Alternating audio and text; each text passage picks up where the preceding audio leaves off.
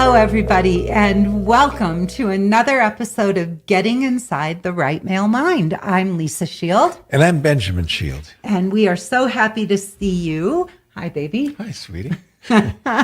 There's nowhere I'd rather be than right here Me with too. you and having another wonderful conversation. So today we are going to talk about how to be playful without leading someone on. And this topic comes from one of our wonderful clients who is in our 12-week. Right. No, she already did the 12-week Emotionally Naked Dating course. And now she's in our 6-month program, which is called the Sisterhood of Self-Actualized Women. Right. It is SSW. And this is from Minerva. She wrote to us and she said, Lisa, how about the subject of female embodiment on a date while maintaining boundaries? Seems like a lot of us are hung up on that. So I thought this was a great topic. Perfect. Yeah, because so many women are going into dates and they're so afraid, babe, that they're going to lead a man on and especially lead him on sexually. And they don't even know if they like him, and nothing is happening on these dates, right? So this is such a great topic. Before we started, you were talking about how the goal of a date is to connect to people and play with the male and female energies. And if that's not happening, then a guy will stick around. You know, he may even sit there for an hour or 2 or 3, and he'll be waiting for some kind of spark that never happens, and then there's no second date.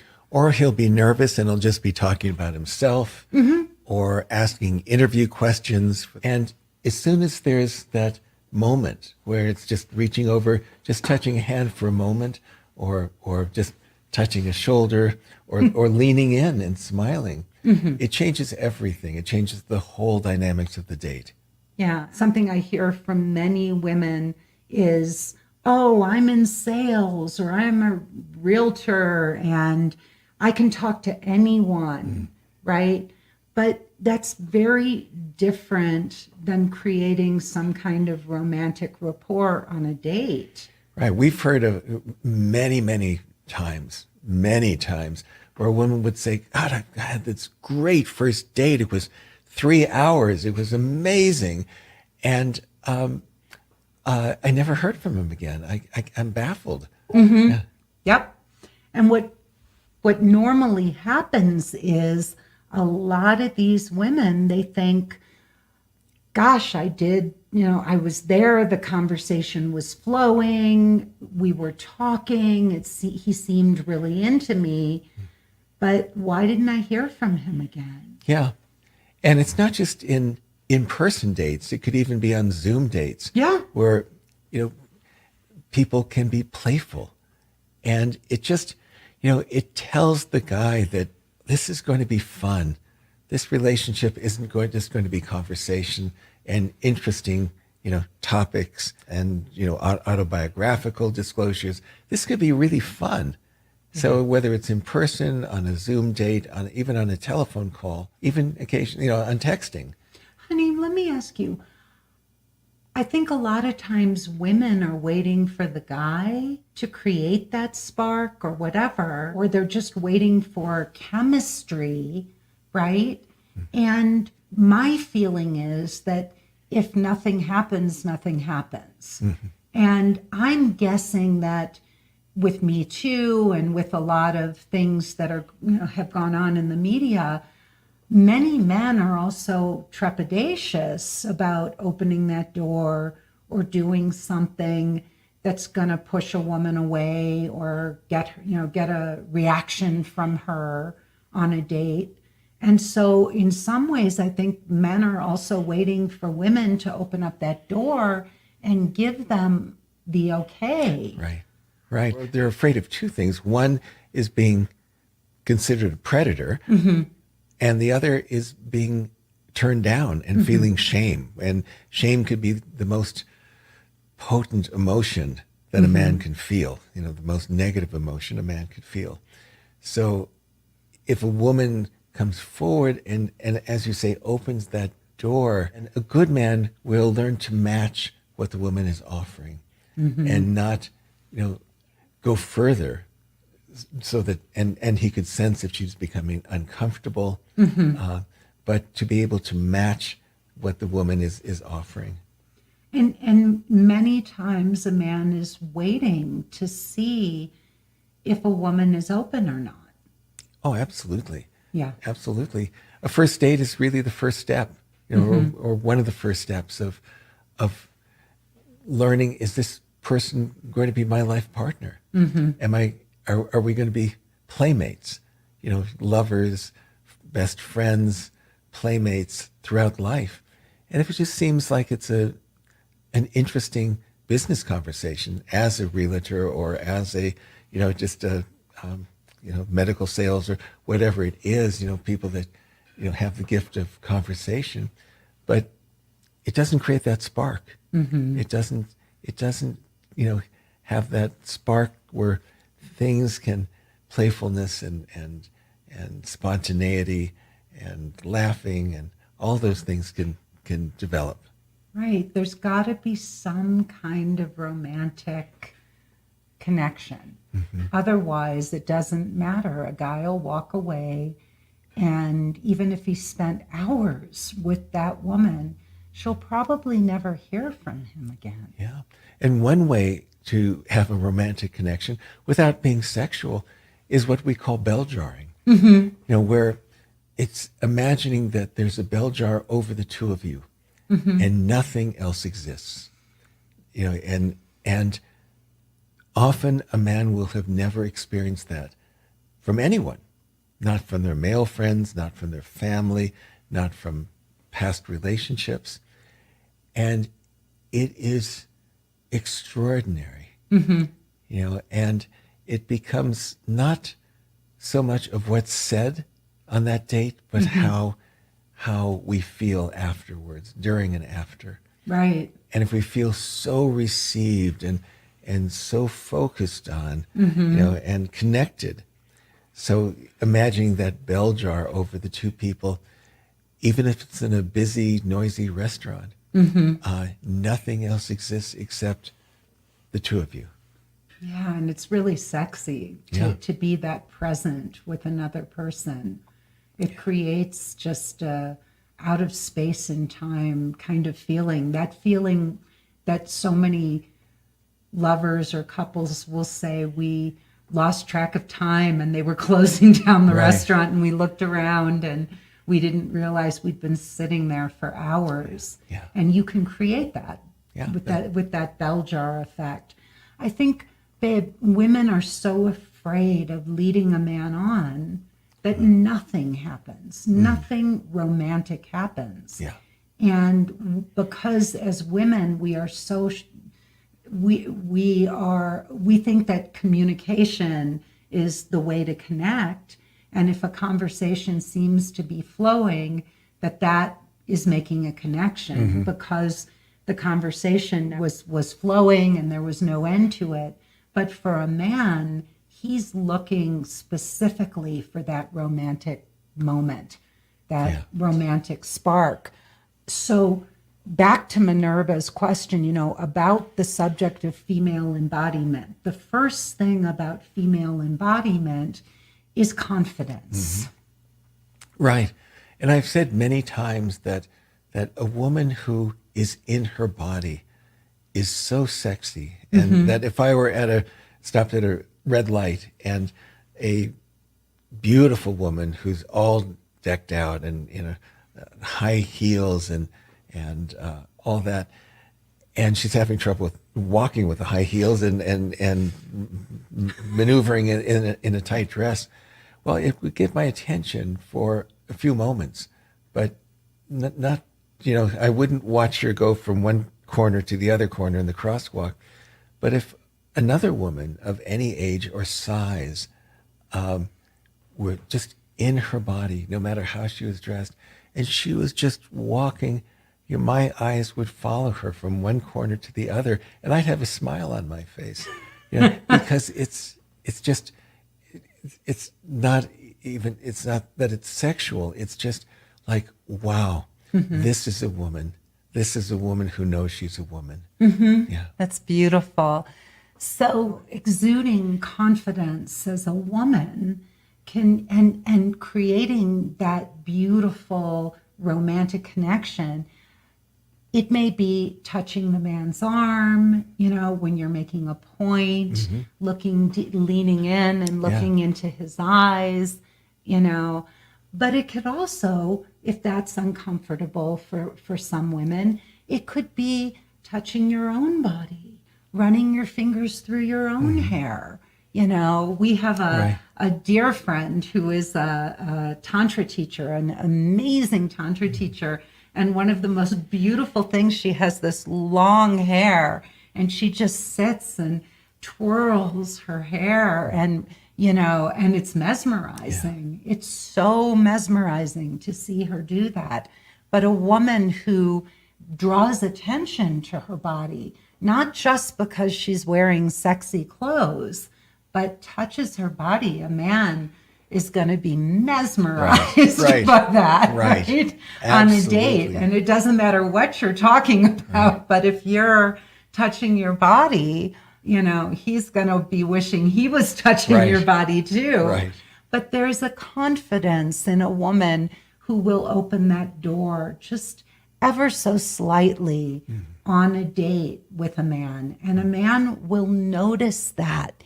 He will notice it.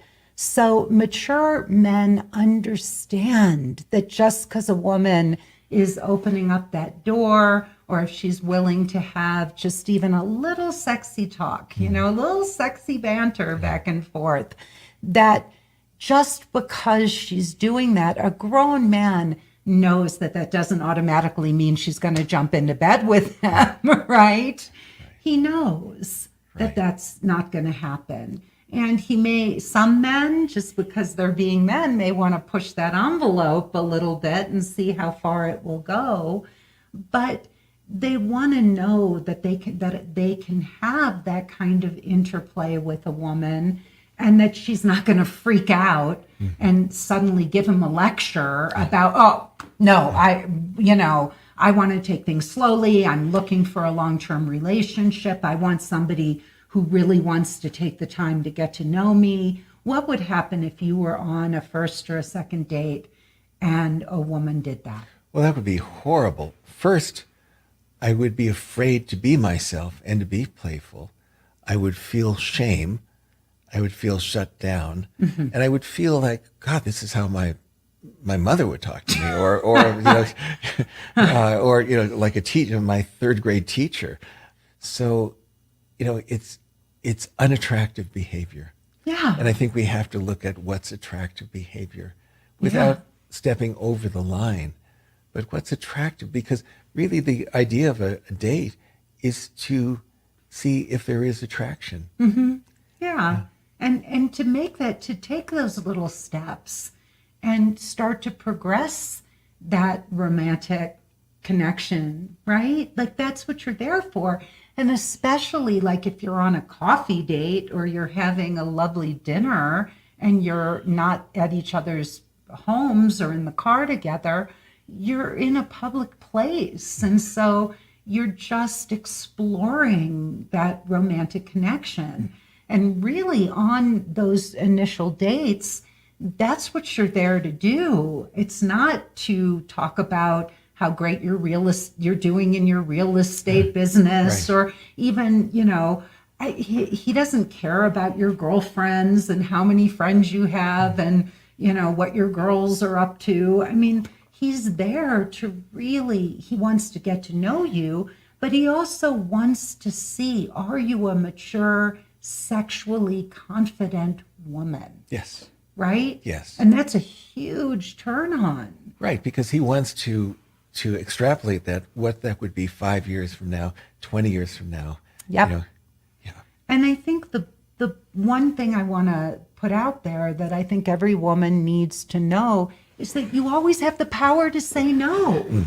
If things go too far, or if they get uncomfortable, or you're starting to feel that the man sitting across from you is going too far, You always have the power to say no. But you want to think of this as playfulness and not flirting. Not flirting. Because flirting can be manipulative, it can be strategic, where playfulness is expansive. It's just, it's like impromptu. It's like play.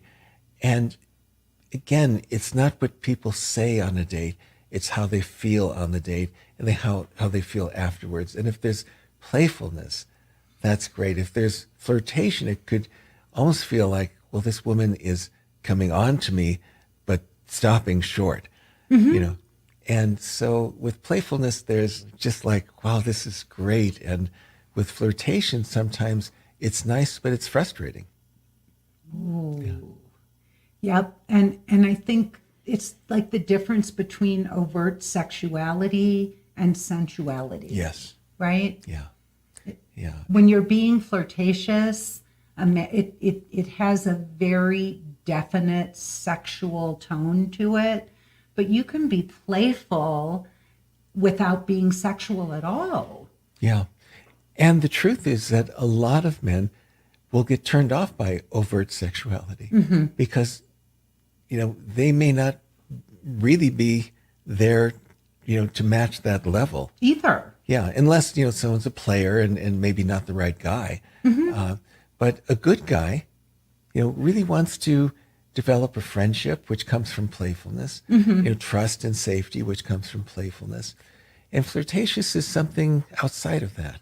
Yeah. And overt sexuality is something outside of that. And I think also that playfulness really comes from the heart. It comes from heart and from compassion. So one of the things, I always had a difficult time being flirtatious because it felt gamey to me. And when I watched other women doing it, I would watch them and it just seemed so put on and inauthentic a lot of times. It was like I would watch them and I'd think, God, you're not like, that's not how you are, except when you get in front of a guy and then suddenly you become this other person and you start behaving in ways that I would never want to be caught doing, right? And so for me, for the longest time, I just didn't know how to interact with men because I couldn't do what I saw other women doing, and it didn't feel authentic to me. And once and this is something that we do in our 12-week emotionally naked dating program that we teach, I started to develop deep compassion and understanding for men. And instead of seeing them as other and like these foreign creatures that I could only relate to in this gamey kind of way because I really didn't know them, I started to learn about how men think and how they're just as afraid of us and they're just as afraid of rejection as we are. Right? And I started to see that I could do this with heart and I could be playful because I know how sensitive men are and I know how sweet they are. And so now I can play with a man because I'm playing with his sensitivity and his sweetness. And I know what I'm doing and how it's making him feel. But there's love, there's compassion, there's caring and behind that connection. And it's so much about the come from, right? Yeah. It's so much these behaviors when they come from the right place and they have the right intention behind them, it feels good. It feels genuine. I can even do that on a date with a man that I know I may never see again, but I do it because I love to stroke a man's ego, and nothing in the world makes me feel better than to see that beautiful bright light go off behind a man's eyes when I say something sweet, like you're my hero, or I've never met a man like you. You have so much kindness. You're such a wonderful man. I have so much respect for you. And then I see that light come on, and it feels good to me to do that. Yeah, it's a gift. A woman gives a man a gift, and whether it leads to a second date or, a long-term relationship, a lifetime relationship, that moment is a gift. And getting back to something that you said is the playfulness, even the self-sensuality, stroke, like running your hands through your hair, it mirrors a man's masculinity back to them. Like a man is sitting there saying, I'm with this amazing woman. I am with this sensuous woman. I want everyone in the restaurant to see us. Yeah. Oh, that's so sweet, honey. Oh, and if it goes too far, if it does start to get out of hand, well, what does a woman do? What would let's say, because this is one of the paradoxes of all of this. As a woman, I don't want to make the sexual overtures. I don't want to lead on that front. I want to give you signs that it's okay for you to lead, and I want to let you know that that's okay. But let's say that you may take it a little too far for me. You may misunderstand my, where I'm coming from, and you may invite me back to your place when I'm not ready to go. What would you want a woman to do in that circumstance? Well, if she's interested in the guy, and the guy may, be on a different track than she is, she could say, I really like you, and I really want to know more about you, and you to learn about me. And in the past, I've jumped into things too quickly. When I've been attracted to someone, I'm certainly attracted to you. It's taken the relationship upside down. So many times I've been lovers before we could even establish friendship, if we ever would. And now we're pretending we're lovers, and we have to scramble back to become friends, to develop that foundation of friendship, trust, and safety, and shared experiences. And so just saying, I really am looking to get to know you and to build and to let this progress naturally. That's beautiful. Yeah. That's really beautiful. Yeah. And a man would feel okay with that. A good man would. A good man. And if he doesn't, then he's not your guy. Not your guy. Yeah. He's more interested in the sex than he is in the person. Yeah. And there's something that a lot of women are saying today, that a lot of men will say, well, the way I bond with a woman is through sex, and I need to know if we're sexually compatible before I can know if I really like you. Yeah. What would you say to a woman if a man were to say that? Well, a lot of men don't know how to express emotions other than sex. And that's not your guy. Right. Because you want someone who's emotionally available, who can't just default to sex. Right. Who can spend hours and dates, getting to know each other, playing, so that sexual intimacy is just such a natural extension of that. It's just like seamless, where it's not just like, let's jump in and have sex, or let's wait, to some date in the future to have sex, but where it's a natural flow. Right.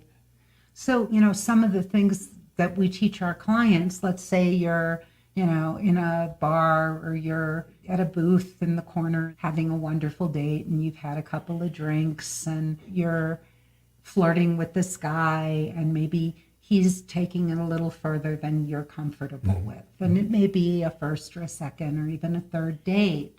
Some wonderful lines, some things that you can say. The first thing you want to do, and it is so important that you maintain that playful energy, right? That you don't suddenly snap in and turn into another person, because if his hands start wandering, below your neck or somewhere you don't want them to be, if you suddenly push him away and he feels shamed or rejected, that's not a good thing. That is going to leave an imprint in a guy's mind, especially if he's a really good guy. And you may think that that's absolutely appropriate. And I understand if you feel you're in danger, if something goes too far, and you have to give an absolute no, then you need to give an absolute no. But if you're having fun and suddenly this just turns upside down and you're pushing this guy away, it's going to be a shock to his system. Right. It will also warn him that he can't be sexually spontaneous, sometime in the future, like when you're in a relationship, a sexual relationship, that he'll have to hold back because he's terrified of that rejection. Like, oh my God, I did something wrong. The whole mood is shot. The day is shot. The week is shot. Yeah. So, knowing that, I can explore boundaries and really have the boundaries reflected back to me. So I learn. Yeah. Yeah. So you want to do this at least initially, gently and playfully. So what you might say is, hey, cowboy, or whoa, tiger, let's slow this down a little bit, right? So something playful and fun like that. A great guy like Benjamin is going to say, oh, okay, let's dial it back a little bit, right? And not be upset. He'll say, oh, okay, and he'll dial it back and know that that's as far as it's going to go. Or you might say, you have no idea how hard it is to say no to you, but let's enjoy getting to know each other and not get ahead of ourselves just yet. So the just yet lets him know that there's a future. That's a great line. Right? That's great. So just yet. So it lets him know we're going to get there. I'm on board, but let's slow this down a little bit. Another way to say this, and I don't know, some of you may not know this, but a lot of men have what they play the long game and the short game. Right. Okay? Want to tell them what the long game and the short game are, babe? Well, the short game is getting the woman into bed. As quickly as possible. As quickly as possible. And they may really like the woman. They may not have bad intention, but they're really not they're not thinking about relationship. They're thinking about immediacy and sexual attraction, excitement, all of that. And the long game is when you really build on shared experience, trust and safety, mutual respect, all of those things that will lead to a beautiful sexual relationship down the road. Right. But jumping into bed so quickly, there's none of that. There's no foundation. So in the morning, there's nothing. It's just like, do I know this person? Do I want to know this person? Do I even like this person? And do I need to pretend that we're lovers now that we've made love? Do we say we made a mistake and let's try to date? But it's already too late. So. But what I think the most important thing is about, one of the important things about the long game and the short game is that when a guy meets you, he knows if if you're the woman he wants to play the long game or the short game with. And so on a date, a lot of times a man is assessing, is this a long game or is this a short game? And he can tell. And a lot of men will meet a woman and immediately be turned off by certain behaviors, certain things that he knows. No, but here I am. I might as well see if I can play the short game and see if I can get her into bed because I know this is not my woman.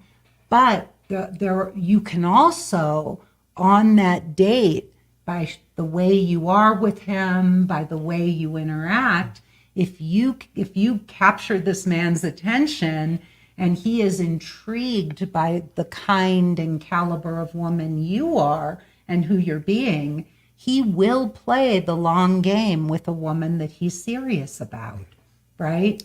And so one thing you can say to a guy is, look, you can say if he takes it too far, if you're looking to play the short game, that's not me. I'm a long game kind of gal, right? And that is really clever. Number one, because it lets him know that you're keyed into this long game, short game kind of thing, and that you understand male psychology more than a lot of other women.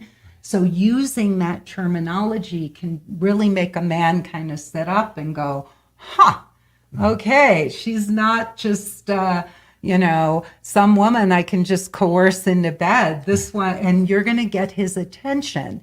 So let me repeat these lines just so everybody has them. Okay. Whoa, cowboy, or whoa, tiger. Let's slow this down a bit.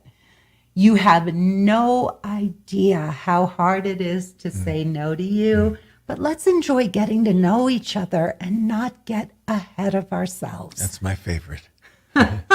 And then the third one is, if you're looking to play the short game, that's not me. I'm a long game kind of gal. So you can come up with your own, but it is really good, Minerva, and all you women out there, to have a couple of these great lines, in your back pocket so that you can use them when those situations arise. And one other thing to notice is my tone of voice. If I were to say this in a punishing way or with a harsh tone, they're not going to work. If I were to say, hey, cowboy, let's slow this down a bit, that's not going to work. That's punishing, that's shaming. It's that playful, fun tone in my voice that keeps it kind and compassionate and fun and puts up a lovely boundary without pushing a man away. All right, we did it. Way to go. All right, everybody. This has been another Getting Inside the Right Male Mind. Thank you, Minerva, for that wonderful question. Please send us your questions. You can do that by emailing me. It's podcast@lisashield.com. If you want to work with Benjamin and me and just get off the dating sites forever and find the guardian of your soul, we can help you do that in 12 weeks.